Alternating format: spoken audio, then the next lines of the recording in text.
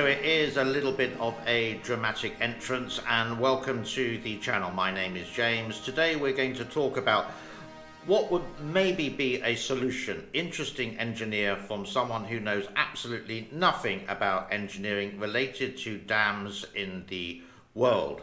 Now, first of all, let me show you a picture of the house I grew up in. Here it is. This was built in 1697, still standing today. My bedroom was on the top right hand side. Here is another picture of the Great Wall of China, most of it still standing today, built hundreds and hundreds of years ago, maybe 1,000, I really don't know the actual date. So how come dams that have been built in the last 100 years, even 2 dams in China last year, 2 dams in Brazil this year, have failed? Is it the shoddy workmanship? Is it unprecedented rain? Is it poor maintenance? All these are possibilities. Now, when you build a dam, why does it have to be so big? And this is my sort of like theory of this. Let's go to the River Nile, just for example. The River Nile is the longest river in the world. It's not a very exciting river, starting somewhere in South Mid-Africa, ending up in Egypt, North Africa.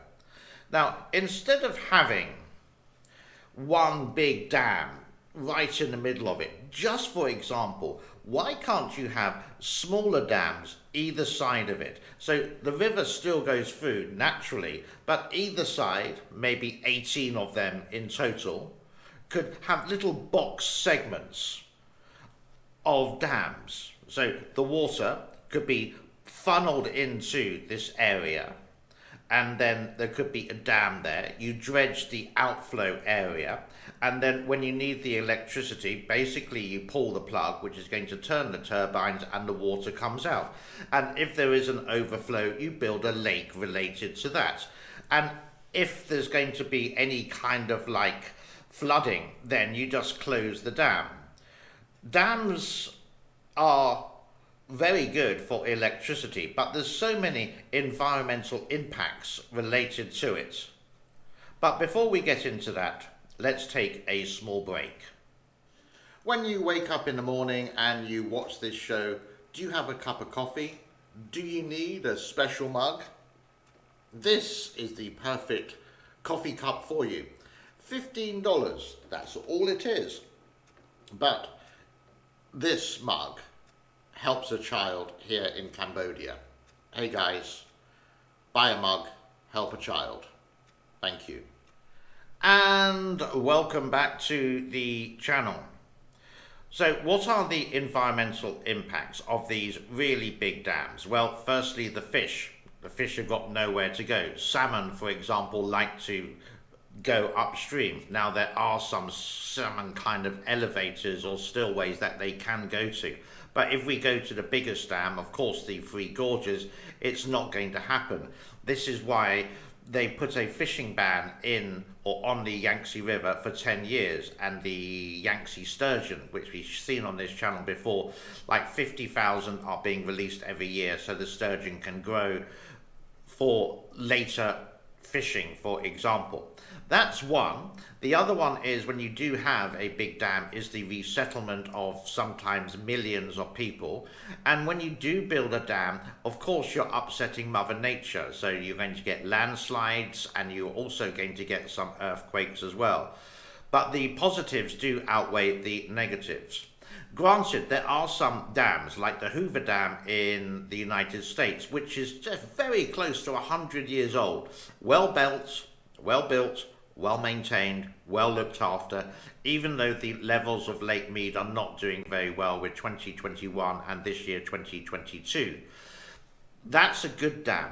But if they're not built well, then is this a solution that you could have them either side of the waterway, or build them further upstream where the water is gushing naturally and using that water naturally just to have a turbine there producing electricity?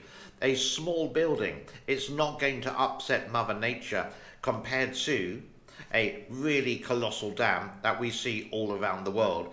And just think, two dams, again, last year collapsed in China. Two dams this year in Brazil collapsed. If a smaller dam collapses, like these side dams that we're talking about, if they collapsed, it wouldn't be a great catastrophe. Let's take another break. We'll be back. If you do want to say thanks in a very special way and get noticed, then click the thanks button on the link at the bottom of the screen. You can see it here, and you can support the James Beer Fund. Thank you. And welcome back. This is just food for thought for you. Maybe it's completely balmy. Again, I'm not an engineer in any way, shape or form. Just don't know. But it seems quite logical to me. Now, for the people who are here for the free Gorges, even though it's not advertised today, Kutan is at 167.52. That's gone down. And the Three Gorges reservoir, again, this has gone down as well, 160.93. So you can imagine tomorrow it's going to be maybe 150. The inflow and outflow, the inflow has gone down a bit at 18,500, along with the outflow at 24,500.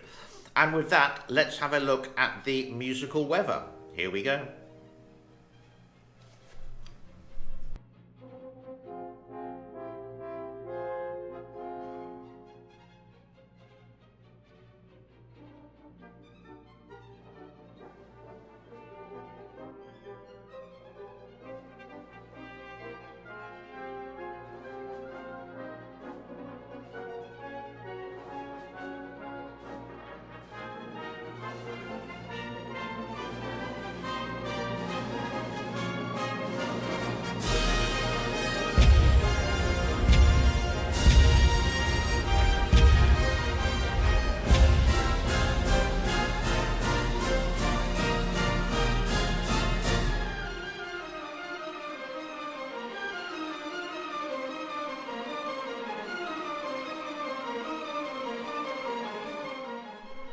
A little bit earlier today, I did make a video related to Shanghai and North Korea, believe it or not.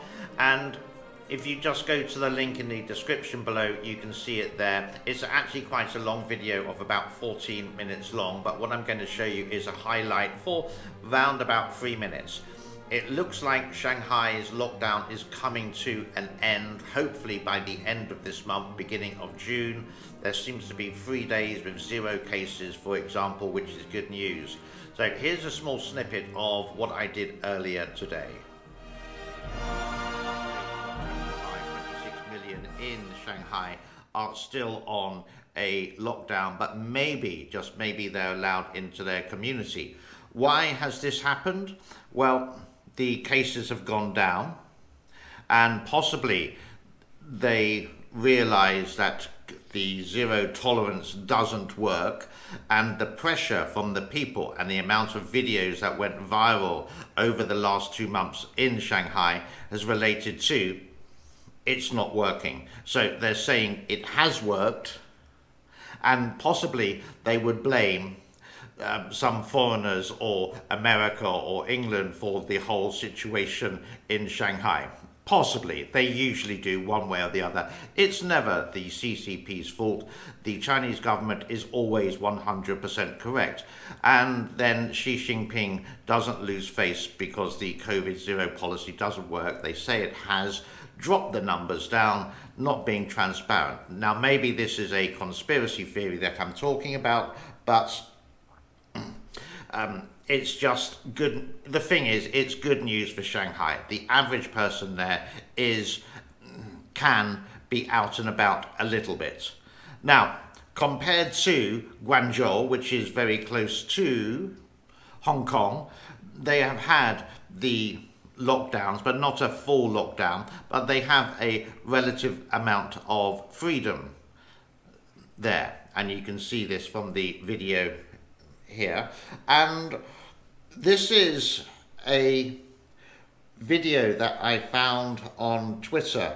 about a young girl who lives in a very, very, very nice Shanghai apartment. This is the rich, and how her daily life is that she would wake up, have coffee, have a shower, go to the toilet, for example, eat food, play with her cat, etc., etc.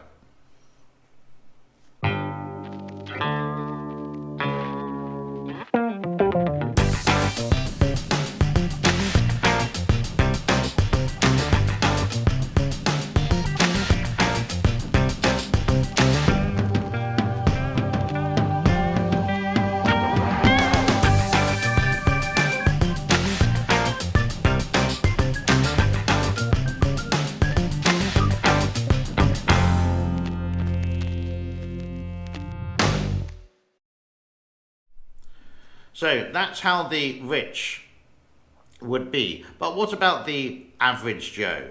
Well, imagine that they've just come back from a quarantine centre. Their house is going to be steam cleaned with all this kind of COVID-19 disinfectant. And how they do this, in some cases, is actually quite shocking. They're just going to chuck everything out of the window. So what are the people in Shanghai doing? Well, a lot of them are worried that this lockdown will happen again, and if they do have the correct papers, are trying to escape. I did show this yesterday, but here's some more videos of the airport, I think. As always, thank you so much for your time. Something a little bit different today. I'm just thinking about it. Maybe it's the most ridiculous and stupid idea that I've ever come across, but hey, I just wanted to share it with you. Do let me know in the comments forms what you think of these side dams. Do you think they'll be viable? Do they exist? Would they work? Or what is the alternative for great power that's not using fossil fuel? There's always going to be some negatives, but I do believe that we can reduce the negatives one way or another. If you are going to build these colossal dams, then make sure it's built well, good quality, and make sure you look after the environment with minimal impacts. So life can continue for a lot of people, and life should get better for everyone, not for some and a lot. No. Have a happy day wherever you are. My name is James. This is the James Neil Cooper channel. Bye bye for now. Thank you. God bless.